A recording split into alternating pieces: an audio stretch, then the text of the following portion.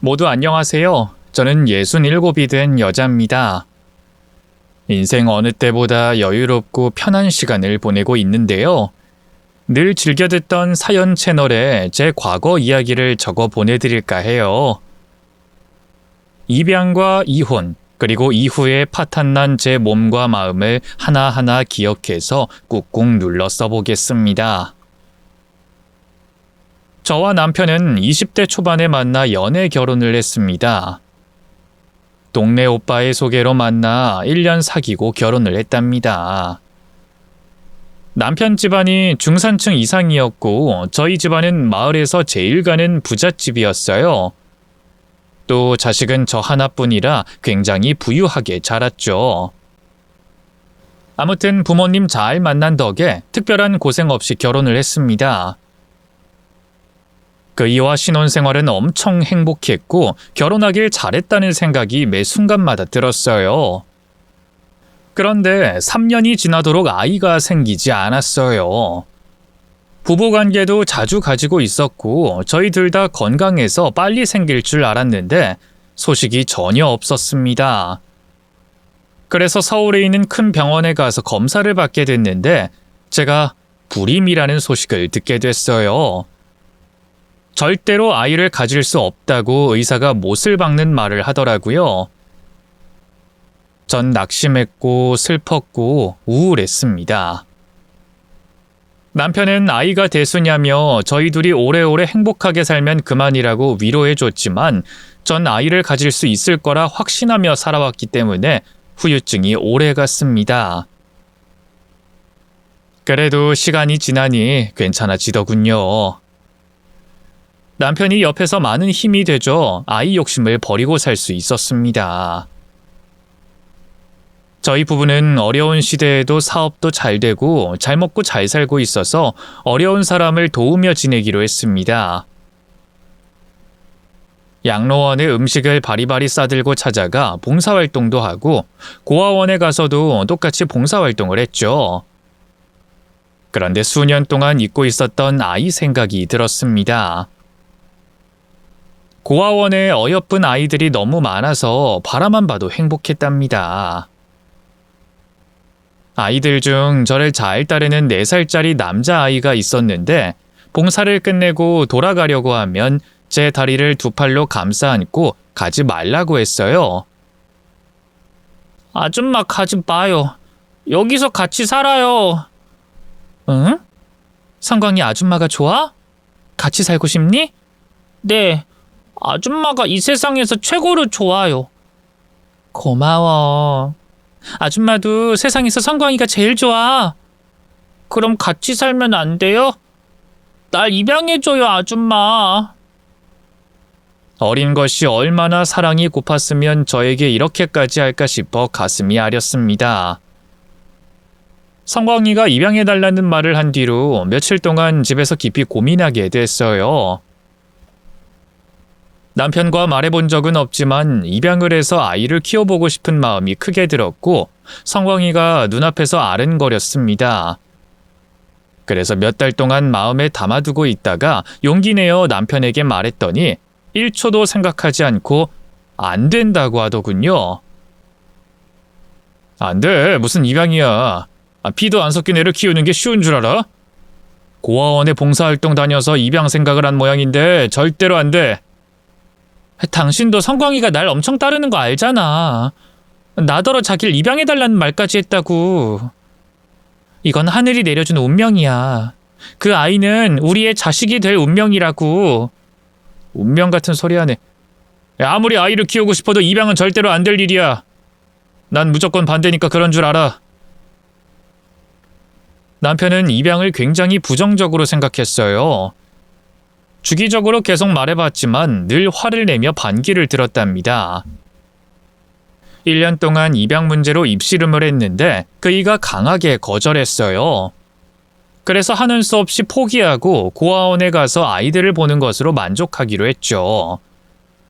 그런데 어느 날 꼬마 성광이가 제가 아닌 제 남편의 다리를 끌어안고 속삭였습니다. 아저씨, 저 입양해 주시면 안 돼요?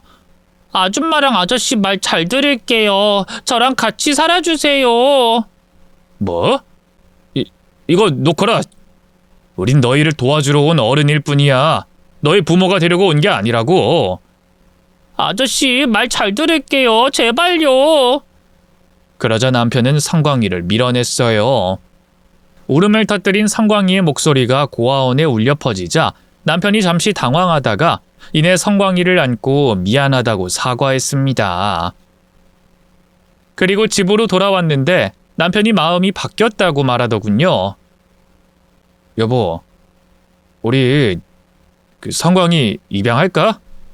뭐? 그게 정말이야? 당신 지금 한 말 진심이지? 뭐 아까 보니까 정말 가엾더라. 그리고 우리 부부를 엄청 좋아하는 것도 다시금 느꼈고 말이야. 당신도 성광이를 특별하게 생각하고 있으니 우리가 부모가 되는 걸 긍정적으로 생각해도 괜찮을 것 같아. 여보, 고마워. 진짜 고마워. 남편은 그렇게 마음을 돌리게 됐고 입양 절차에 따라 성광이를 남편의 호적에 올리고 저희 집으로 데려왔습니다. 꼬맹이 성광이는 저희 집에 와서 모든 것이 좋았는지 매일 까르르 웃으며 지냈습니다. 저희가 형편이 좋으니 성광이를 유치원에 보내줬고 이듬해 초등학교에 들어가 학부모가 됐네요.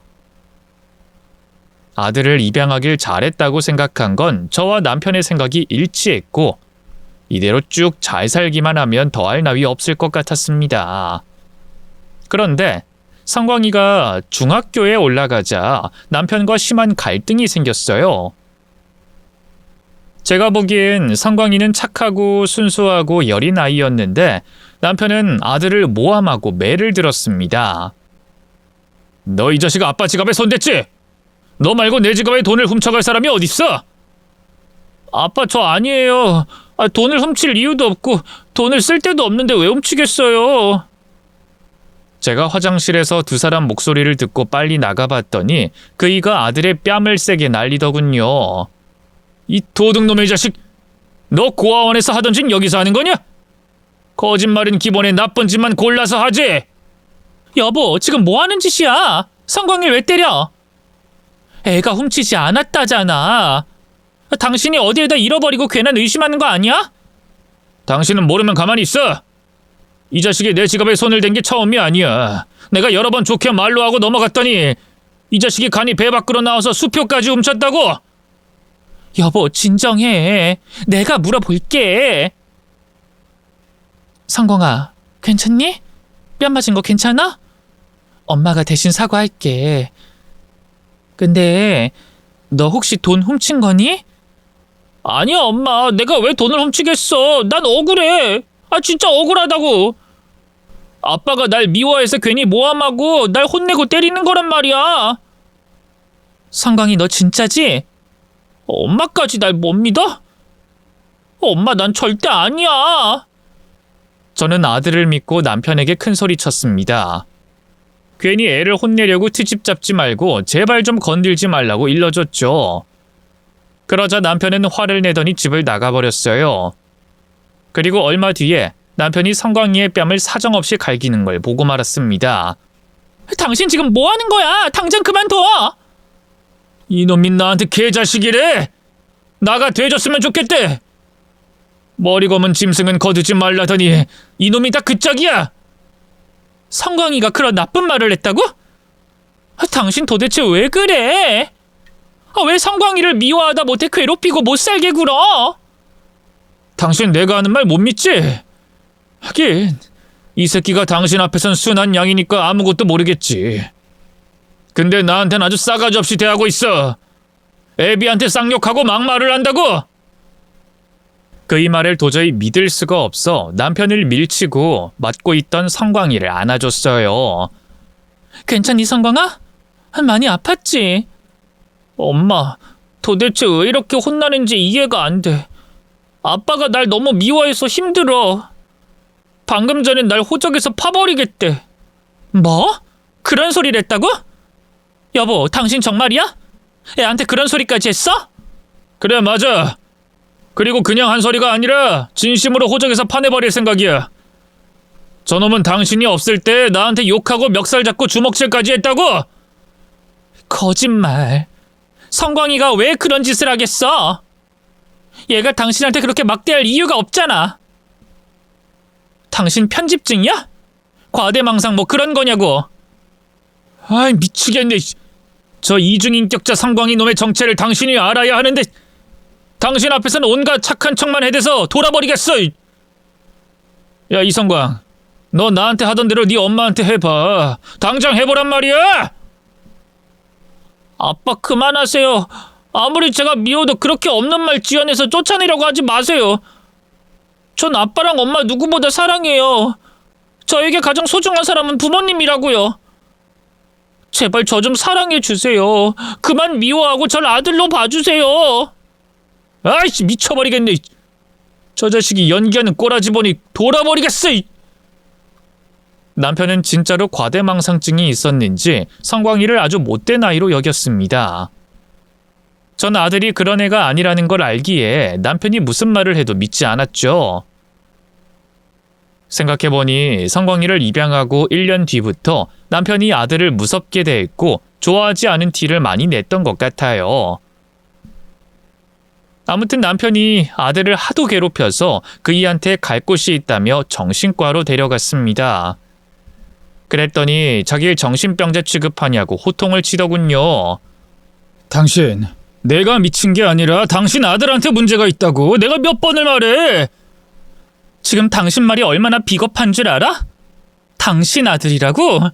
그럼 성광인 내 아들이고 당신 아들이 아니라는 거야? 벌써 마음에서 아들을 지웠으니 그렇게 미워하는 거 아니야? 제발 우리 화목하게 지내자. 내가 부탁할 테니 같이 상담받고 치료받자. 이 여편네가 사람을 등신으로 하나. 집어치워! 여보. 남편은 화를 내고 어디선가 술을 마셨고 새벽에 들어왔습니다. 그런데 안방이 아닌 아들 방으로 들어가서 매를 들고 있더군요. 소리를 듣자마자 벌떡 일어나 아들 방으로 달려가 남편을 뜯어 말리려고 했어요. 당신 미쳤어? 왜 자고 있는 애를 때려? 당신 진짜로 제정신 아니야. 이건 아이 여편네야. 그이는 제 뺨을 날렸고 문에 머리를 부딪혀 크게 다쳤습니다. 여보, 눈앞이 캄캄해. 당신 괜찮아? 그러게 왜 나서고 그랬어? 정신 차려봐. 병원 가자. 필요 없어. 당신 이 집에서 나가. 더는 참아주지 못하겠어. 이제 우리랑 한 식구로 사는 거 그만해야겠다고. 안 돼! 성광이 이놈은 아주 위험한 놈이야. 당신이랑 둘이 있으면 무슨 짓을 할지 모른다고! 당신처럼 날 때릴 일은 없을걸. 나가. 당장 나가라고! 내 아들 얼굴에 손대지 말고 꺼지란 말이야! 그러자 남편은 뜨거운 한숨을 내쉬더니 집을 나가버렸습니다. 그이는 진심으로 아들을 호적에서 파내자고 어리석은 말을 끝까지 했습니다. 결국 저는 남편과 더는 같이 살 수 없을 것 같아 이혼하자고 했어요.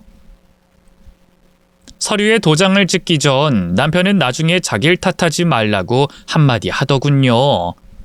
그래서 저는 무서운 남편이랑 사는 것에 질려버렸으니 입 닥치고 도장이나 찍으라고 일러줬습니다. 그렇게 남편과 이혼하고 아들과 둘이 사는데 예상대로 평화가 찾아왔어요. 아들은 누구보다 착했고 성실하며 공부까지 아주 잘했습니다. 제가 걱정할 일이 하나도 없었죠. 고등학교 때까지 사고 한 번 친 적 없었고 친구들과 잘 지냈으며 평범하면서도 특별한 아이로 잘 자랐습니다.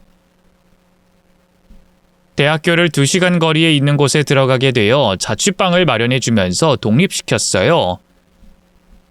몇 주 뒤에 독립한 아들 집에 찾아갔더니 글쎄 이 녀석이 자취방에 여자친구와 동거를 하고 있더군요.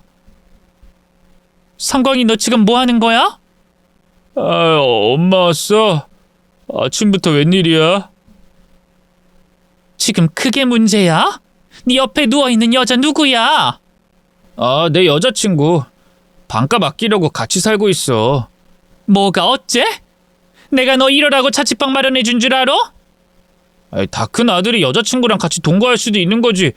별것도 아닌 걸 난리야. 아들이 아무렇지 않게 반항하자 화가 머리끝까지 올랐답니다. 너 엄마 말 안 들려? 당장 일어나! 그리고 옆에 있는 여자애 깨워서 집에 보내! 아이씨, 더럽게 말 많네. 이씨. 엄마 저리 가! 짜증나게 굴지 말고 나가라고! 뭐? 너 지금 엄마한테 뭐라 그랬어? 이놈이 따로 살더니 정신이 나간 거야? 엄마 나 피곤하니까 그냥 좀 가라. 나중에 얘기하자고. 아들놈은 이불을 뒤집어 쓰고 절 무시하더군요. 하도 기가 차서 말이 나오지 않았습니다. 저는 충격을 받고 집으로 돌아갔고 아들이 먼저 사과할 때까지 연락하지 않기로 했어요. 정확히 한 달 뒤에 아들놈이 잘못을 알고 찾아왔더군요. 엄마, 그땐 내가 술도 먹고 잠도 못 자서 말이 헛나왔어. 미안해. 참 빨리도 왔다. 넌 엄마가 만만하니? 그럴 리가. 그 여자애 내보냈어. 엄마, 내가 잘못했으니까 화 풀어. 너 진짜야? 엄마한테 잘못한 거 아는 거지? 그럼 내가 정말 미안해. 나 한 번만 봐줘. 에휴, 내가 자식을 어떻게 이기겠냐. 그래, 봐줄게. 앞으로 그러지 마라. 역시 마음 넓은 우리 엄마 최고. 엄마, 나 등록금이랑 용돈 좀 받아야 할 것 같은데. 나도 네가 왜 찾아왔는지 안다. 돈 필요해서 왔지? 등록금은 엄마가 냈으니까 걱정하지 말고 용돈은 이제부터 엄마 카드로 써. 네가 어디서 어떻게 돈을 쓰는지 알아야겠으니까. 엄마, 아들 감시하겠다고? 다 큰 아들을 왜 이렇게 옥죄고 그러는 거야? 다 너를 위해서야.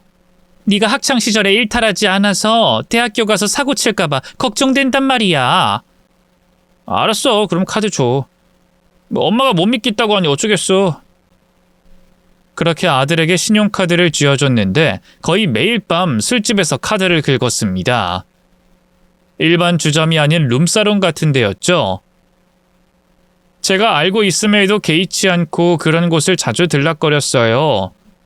그래서 아들 집에 찾아가 혼을 내려는데 방에서 여자랑 뒹굴고 있더군요. 야, 당장 옷 입어. 성광이 너 지금 뭐 하는 짓이야? 아이씨, 엄마야말로 뭐 하는 짓이야?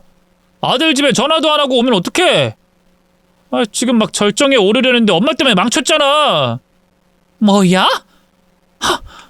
대학 보냈더니 허구한 날 여자랑 자빠져 자고 룸사롱 같은 데만 다니고 있냐?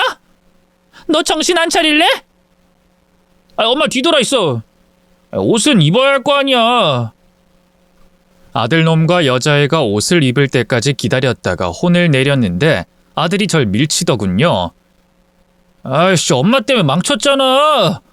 내가 쟤를 어떻게 꼬셨는 줄 알아? 우리 대학교 얼짱이를 엄청 공들여서 데리고 왔단 말이야.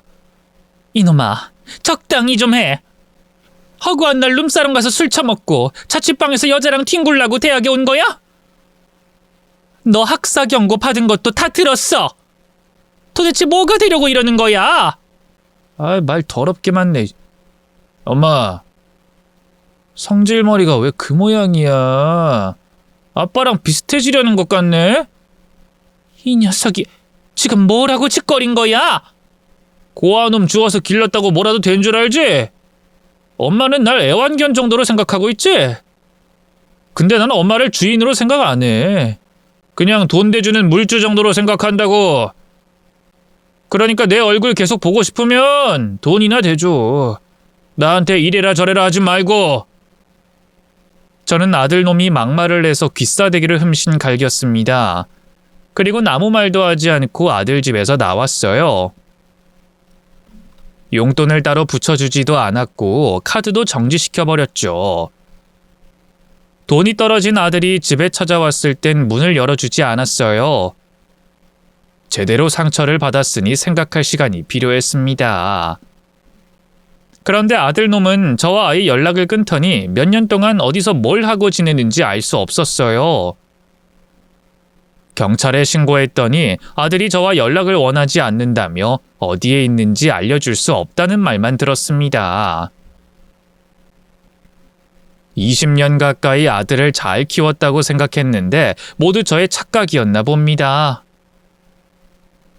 남편이 아들을 미워했던 순간들이 기억났는데 그이가 했던 말이 모두 사실일 수도 있겠다 싶었죠. 연락이 끊겼던 아들은 26살에 다시 나타났습니다. 거짓골로 저를 찾아왔어요. 엄마, 나 좀 도와줘. 너 성광이니? 내 아들 성광이가 맞아? 너 도대체 어디서 뭐하고 산 거야? 엄마 배고파. 나 사흘을 굶었어. 밥 좀 줘. 일단 들어와. 들어와서 씻어. 어디서 노숙을 했는지 썩은 내가 진동했습니다. 그동안 어디서 뭐 했냐고 물었더니 룸사롱에서 직원으로 일했다고 하더군요. 아가씨들 관리하면서 먹고 살았어. 근데 벌리는 돈이 적어서 사채 좀 썼는데 이것들이 날 잡아 족치겠다고 난리잖아. 그래서 도망 다니다가 노숙 좀 했어. 참 가지가지한다. 너 어쩌다 이렇게 된 거니? 공부도 잘하고 성실하던 네가 왜 이렇게 변한 거냐고. 실망시켜서 미안해 엄마. 나도 이렇게 인생을 말아먹을 줄 몰랐어. 아휴, 됐다. 살아서 돌아온 것으로 감사해야지. 내가 다 큰 놈에게 이래라 저래라 할 수 있겠냐? 넌 내가 아직 엄마로 보이긴 하는 거야? 그럼 당연하지. 나한테 가장 귀한 사람이 엄마인데 무슨 말을 그렇게 해. 근데 3년이나 연락을 끊었냐? 미안해 엄마. 나 사채빚 좀 갚아줘. 그리고 사람 구실하고 살게 사업하게 돈 좀 줘. 전에 네가 말한 대로 내가 물주로 보이니? 네가 싼 똥은 직접 치워라. 엄마, 내가 그때 미쳐서 엄마한테 상처를 줬어. 정말 미안해. 그렇게 사과를 해도 아들의 사채빚을 갚아줄 마음은 추호도 없었습니다. 사업자금은 당연히 한 푼도 줄 생각이 없었죠. 그런데 아들이 제 집에서 지낸 지 며칠 만에 사채업자들이 찾아왔습니다. 시장을 보고 돌아왔더니 아들이 사채업자들에게 붙잡혀서 먼지나게 얻어터지고 있었습니다. 당신들 뭐야? 뭔데 내 집에서 내 아들을 두들겨 패는 거냐고? 엄마, 나 좀 살려줘. 이 사채업자들이 날 가만 안 두겠대. 어디 섬에다 갖다 팔 거래. 뭐야? 당신들 멈춰. 그만하라고. 어이 아줌씨, 아들님이 빚 대신 갚아줄 거 아니면 닥치고 찌그러져 있어. 이놈은 우리가 데려갈 테니까. 그만. 내가 빚 갚아줄 테니까 내 아들 놔줘. 이 양아치 사채업자 놈들아. 아이 성광이 이놈이 부모는 잘 됐네. 좋수다. 그럼 원금 1억에 이자 2억 해서 3억 주시면 되겠수다. 이자가 2억? 이봐요, 법정 이자 몰라요? 주기 싫으면 주지 마요. 우린 차용증 있고 지장까지 찍었어요. 경찰에 신고하든 뭘 하든 우린 지구 끝까지 쫓아가서 그 돈 받아낼 겁니다. 그 순간 정말 미쳐버리겠더군요. 아들놈이 유흥에 쓴 돈이 그렇게 많은 것도 한심한데 사채업자들이 복리 이자까지 다 받아내겠다며 얼마든지 고소를 하라고 겁을 주더군요. 저는 어리석게 그 돈을 다 줄 수 없어서 협상을 했습니다. 3억을 받겠다고 억지 부리는 걸 1억 5천만 원으로 협상했어요. 그것도 너무 많아서 아까웠지만 사채업자들이 그 이하는 돈을 받지 않고 아들을 데리고 가겠다고 난리를 치는 바람에 하는 수 없이 돈을 줘버렸습니다. 그렇게 자유의 몸이 된 아들은 집에서 논팽이가 되어 빈둥거리더군요. 밤에 기어나가서 술을 먹고 아침에 들어와 잠자는 게 일상이었습니다. 도저히 안 되겠다 싶어 아들을 앉혀놓고 뭘 하고 살지 계획을 세우라고 했더니 사업시켜달라고 하더군요. 엄마, 나 대학교 졸업 못해서 어디 가서 취직도 못해. 작게 장사라도 하게 치킨집이라도 차려줘. 네가 치킨집을 제대로 운영할 수 있겠니? 그냥 알바라도 해. 내 나이에 쪽팔리게 무슨 알바야. 엄마 돈 많잖아. 그 돈 다 껴안고 있어서 뭐해. 아들 하나 있는 게 이 모양 이 꼴이니 좀 도와줘. 아들은 안 본 사이에 정말 많이 한심해졌더군요. 나이만 먹었지 제가 아니면 밥도 얻어먹지 못하고 백수건달로 늙어갈 것 같았습니다. 그래서 치킨집을 차려줬고 인간답게 살라고 부탁했답니다. 아들은 이제부터 술도 끊고 바른 생활 사나이가 되겠다며 아무 걱정 말라고 했죠. 한두 달은 열심히 장사를 하더군요. 배달도 직접 다니더라고요. 주말에도 일하러 나가는 걸 보니 정말 정신을 차렸구나 싶었습니다. 그런데 이번엔 다른 일로 사고를 쳤더라고요. 유부녀랑 바람을 피워서 치킨집에서 먼지나게 맞았답니다. 전 아들이 매일 고생하니 도와주러 갔다가 그 장면을 두 눈으로 봤습니다. 이봐요. 누구신데 내 아들을 때리는 거예요? 뭐야 아줌마는? 이 개자식 엄마요? 아들 교육을 어떻게 시켰길래 유부녀랑 바람을 피웁니까? 이 자식 오늘 내 손에 돼질 겁니다. 유부녀랑 바람을 피워요? 내가 저 자식 때문에 못 살아. 그래요. 실컷 조업해줘요. 아저씨 하고 싶은 대로 다 하라고요. 그러자 얻어터지고 있던 아들이 저에게 하소연을 했어요. 엄마 너무하는 거 아니야? 아들이 얻어터지고 있는데 실컷 때리라니. 엄마 돈 좀 줘. 이 남자가 원하는 건 결국 돈이라고. 상간남으로 고소한다니까 미리 줘버리고 내보내줘. 성광아, 넌 언제까지 이렇게 살 거니? 내가 너 때문에 오장육부가 뒤집히고 속이 새까맣게 탔다. 더는 널 도와주기 싫다. 정말 싫다고. 아들이 얻어맞는 걸 그냥 내버려두고 치킨집을 나왔습니다. 며칠 만에 아들이 들어왔는데 치킨집을 정리하고 바람난 유부녀의 남편에게 합의금으로 줘버렸다네요. 아들내미가 너무 한심해서 말도 하지 않았습니다. 엄마 나 돈 좀 줘. 밖에 나가서 술 좀 먹게 카드나 돈 좀 줘봐. 네가 벌어서 처먹어. 이제 네 뒤치다거리 하는 거 정말 찔린다.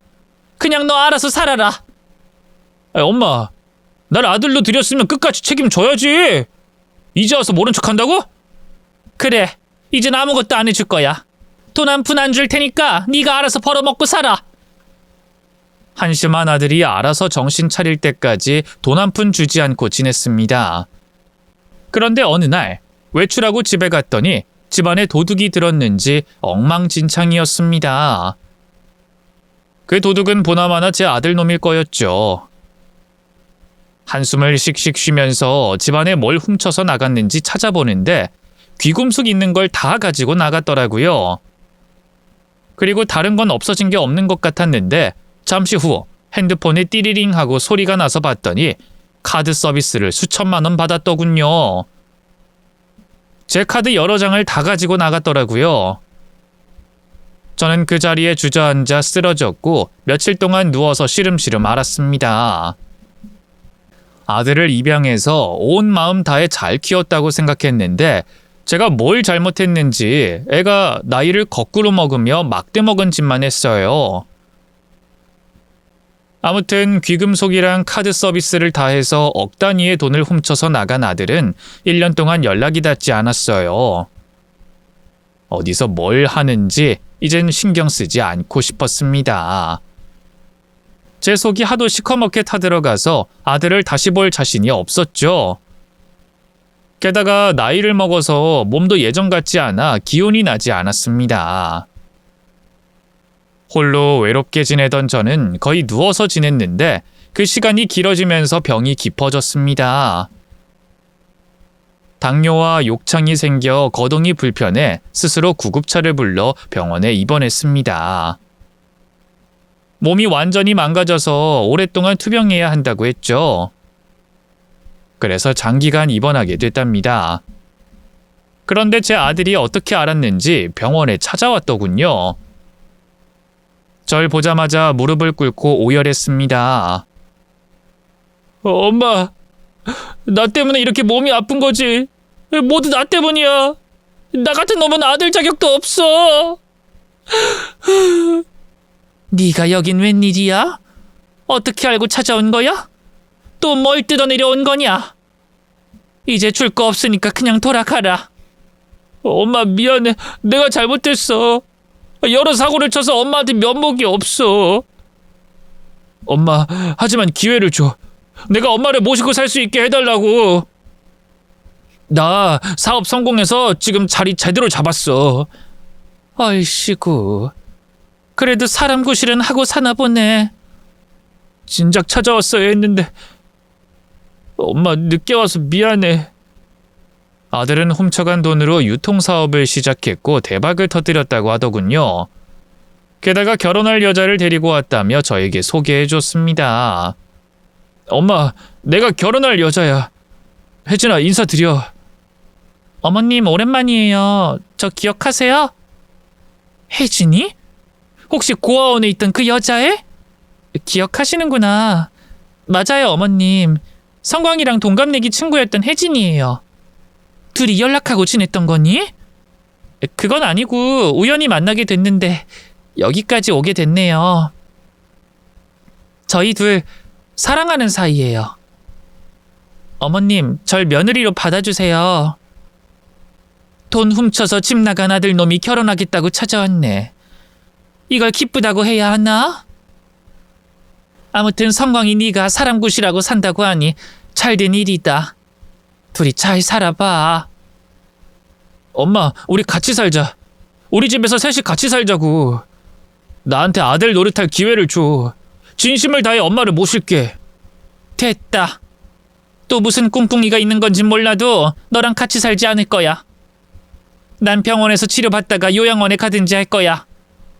아유, 엄마는 아들을 두고 무슨 요양원에 간다고 그래. 엄마, 나 진짜로 철들었어. 정신 차리고 잘 살고 있으니까 한 번만 기회를 줘. 아들은 오열하며 저에게 진실된 사과를 하더군요. 하지만 마음이 열리지 않아 같이 사는 건 무리이니 가끔 찾아오라고 일러뒀습니다. 그런데 아들과 며느리가 매일 병원으로 출근해서 절 돌봐주더군요. 또 왔니? 성광이, 넌 사업하는 애가 맨날 자리를 비워도 되는 거야? 전화로 직원들한테 오더만 내리면 돼. 내 일은 신경 쓰지 말고 엄마 몸이나 생각해. 어머님, 이제 그만 저희 집으로 같이 가시죠. 통원 치료해도 된다고 하니까 저희 집으로 같이 가요. 아니다. 너희들한테 진미되고 싶은 마음도 없고 아들놈한테 당한 게 많아서 같이 살고 싶지 않구나. 전 확실하게 선을 긋고 같이 살자는 제안을 거절했습니다. 그런데 석 달이 넘도록 아들과 며느리가 한결같은 마음으로 저에게 헌신해 주더군요. 매일 정성된 마음을 지켜보니 저도 모르게 아들이 과거에 저지른 짓을 잊게 됐습니다. 6개월 가까이 입원했는데 두 사람은 끝까지 절 돌보며 함께 살길 바랬답니다.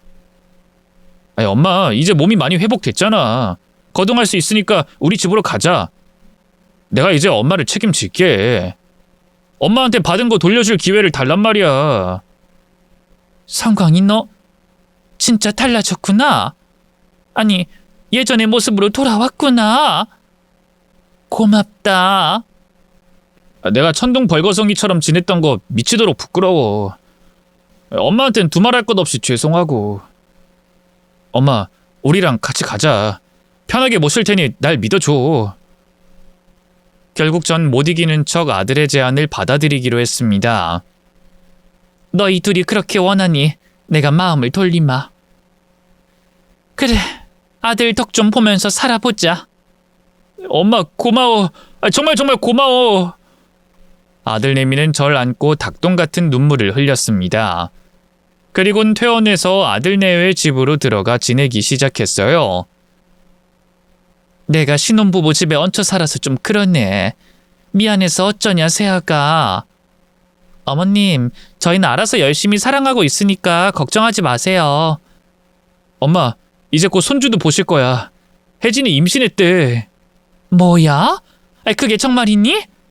세상에, 내가 이제 할머니가 되는구나. 아주 놀라워. 이런 날이 올 거라고는 상상도 못했다.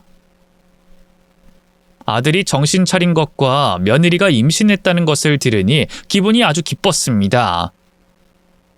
아들과 며느리는 절 평생 모시고 살겠다며 3대가 한 집에서 같이 살 날이 기대된다고 했죠.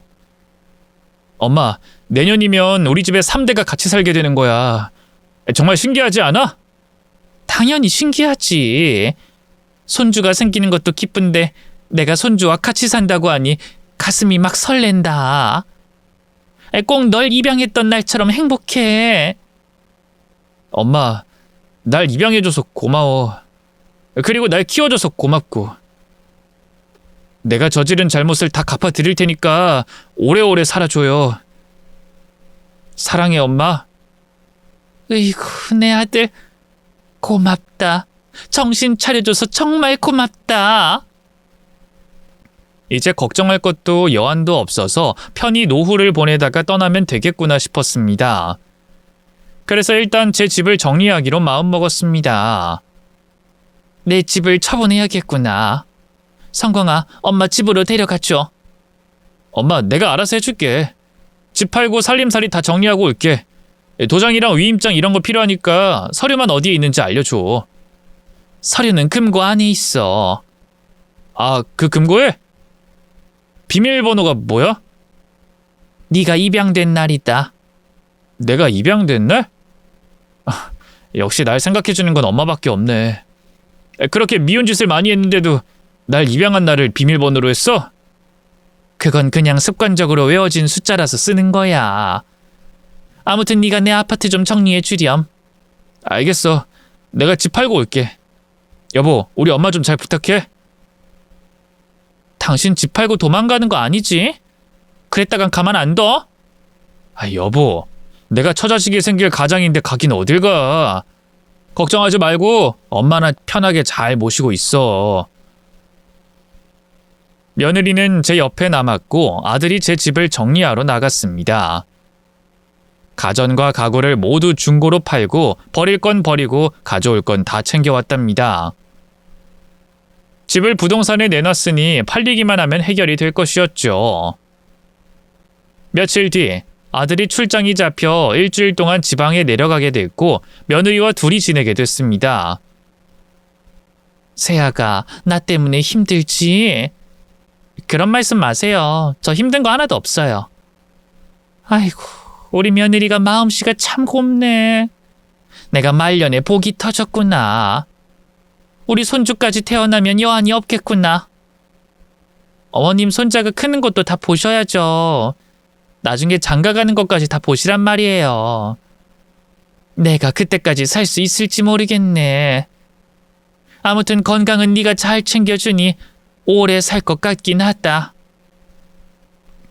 며느리가 보양식과 건강식으로 하루 3끼를 챙겨주고 운동과 산책도 정해진 시간에 같이 해줘서 날이 갈수록 몸이 건강해지는 게 느껴졌습니다. 어머님, 오늘은 제가 삼계탕 해드릴게요. 시장 가서 닭 좀 사올게요. 그래? 그럼 나랑 같이 가자. 아니에요. 산책은 이따가 식사하고 하세요. 오늘 주말이라 시장에 사람이 꽉 차서 불편하실 거예요. 아이고, 생각도 깊어라. 그래, 그럼 잘 다녀오거라. 며느리는 지갑을 들고 시장에 나갔고 저는 음식할 준비라도 하려고 몸을 움직여 주방으로 갔습니다. 냄비를 꺼내서 깨끗이 닦고 분주하게 움직였죠. 그런데 며느리가 1시간이 지나도 집에 돌아오지 않았어요. 시장에 사람이 많아서 오래 걸리나 싶어 조금 더 기다려봤죠. 하지만 3시간이 지나도 집에 오지 않았어요. 그래서 전화를 해봤는데 핸드폰을 집에 두고 나갔더라고요. 걱정되는 마음에 시장으로 나가서 며느리를 찾아보는데 아무리 돌고 돌아도 며느리는 보이지 않았습니다. 엇갈렸나 싶어 다시 집으로 돌아갔지만 며느리는 보이지 않았습니다. 그래서 뭔 일이 난 것 같아 경찰서에 신고해야 할 것 같아 다시 나가려는데 현관문을 열고 누군가 들어왔습니다. 아저씨 누구세요? 할머니야말로 누구세요? 오늘까지 집 비워주기로 했는데 여기서 뭐 하시는 겁니까? 뭐야, 짐도 안 빼셨네? 여긴 내 아들 집이에요. 집을 비우다뇨. 아이고 참. 여긴 내 집이에요. 월세로 잠깐 살던 남자가 아들인 모양인데 오늘까지 짐 빼주기로 했다고요. 할머니, 내일 세입자가 들어오는데 이러고 있으면 곤란해요. 뭐라고요? 월세요? 그럴 리가요. 내 아들이 날 모시고 살겠다고 데려왔는데 오늘 집을 빼라고요? 가만히 있어봐요. 아들한테 전화 좀 해볼게요. 나 참. 빨리 해봐요. 그래서 아들에게 전화를 걸었더니 없는 번호라고 뜨더군요. 쎄함을 느낀 저는 아들 집에 나와서 제 집을 향해 택시를 타고 갔습니다. 짐은 모두 다 빼고 빈집 상태였고 금고에 있던 문서도 모두 사라지고 없었습니다. 집 문서 말고도 시골에 있는 땅 문서와 통장도 모두 없어졌더라고요. 아들이 챙겨서 가지고 온다고 했는데 어떻게 된 일인지 헷갈렸습니다. 분명히 아들은 예전처럼 돌아왔고 저에게 효도하는 자식이 됐는데 절 배신하고 도망친 것은 아닐 거라 믿었습니다. 부동산에 가서 중개인에게 물었더니 제 아들이 대리인으로 집을 팔았답니다. 제가 치매 환자라서 위임장을 작성해 집을 팔았고 시골에 있는 땅 역시 팔아먹었다네요. 제대로 뒤통수를 맞은 거였죠.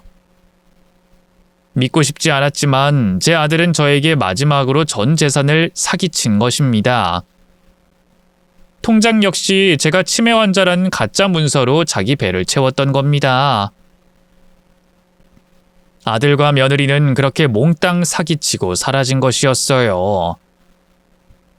전 머리가 어지러워 쓰러지고 말았습니다.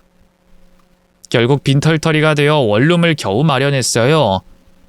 일단 잠잘 곳이 필요했으니 있는 돈을 털어서 보증금과 한 달치 월세를 겨우 냈답니다. 그리고 앞으로 어떻게 해야 할지 모른 채 누워서 천장만 보고 있었어요. 그리고 며칠 뒤 누군가 현관문을 두드리더군요.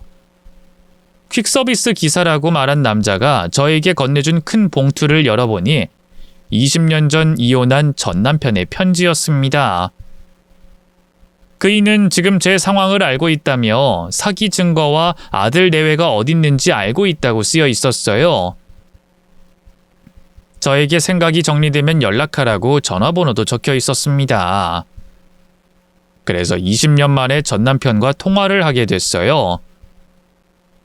당신이야? 나한테 편지 보냈어? 오랜만이야. 당신 지금 상황 안 좋지? 얼마 전에 아들놈을 우연히 봤어. 그래서 주시하고 있었는데 당신한테 사기를 쳤더군. 다 알고 있었어? 다는 아니지. 설마 당신 전 재산을 사기치고 도망갈 거라고는 생각 못했으니까. 아무튼 이것들 사기죄로 신고하자고. 여보, 성광이 우리 아들이야. 법적으로 친자인 경우엔 처벌 못해. 재산 범죄는 처벌할 수 있어. 그것들이 당신 집이랑 땅을 팔아먹었잖아. 내 변호사한테 물어보니 충분히 사기죄로 쳐넣을 수 있대. 당신이 결정 내리면 나머진 내가 다 알아서 해줄게. 이것들 지금 도박장에 있어. 도박장? 그래. 내가 사람 고용해서 미행 붙였거든. 아무튼 당신이 결정해. 잡아줄까? 아니면 그냥 내버려 둘래? 여보, 예전에 성광이가 당신에게 욕하고 막말하고 멱살까지 잡았다는 거 그거 진짜였지? 지금 그게 중요한 게 아니잖아. 근데 뭐 질문에 답을 하자면 맞아.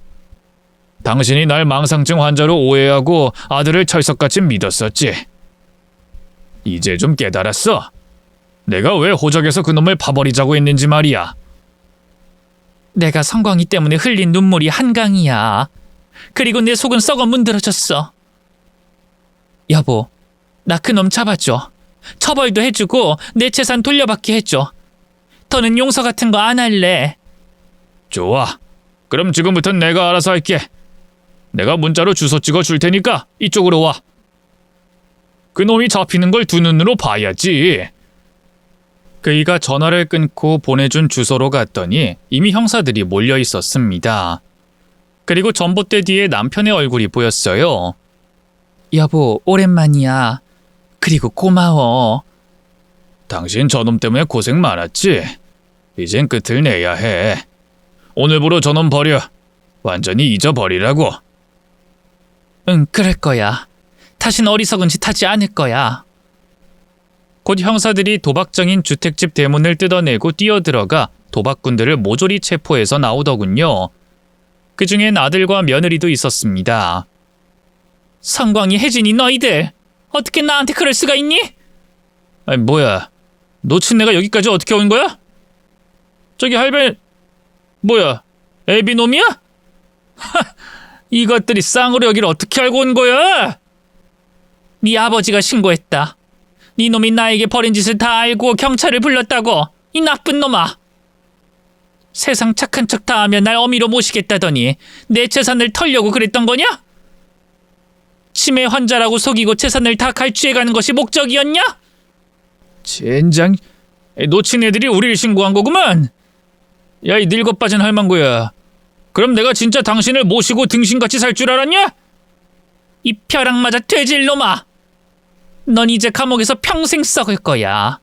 도박죄 말고도 사기죄로 고소했다고. 사기? 엄마, 나 엄마 아들이야. 자식을 어떻게 사기로 고소를 해? 재산을 갈취하는 범죄는 자식 새끼도 고소할 수 있대. 내 돈을 모두 돌려받고 네 놈을 시궁창 감옥 속에 처박아 버릴 거야.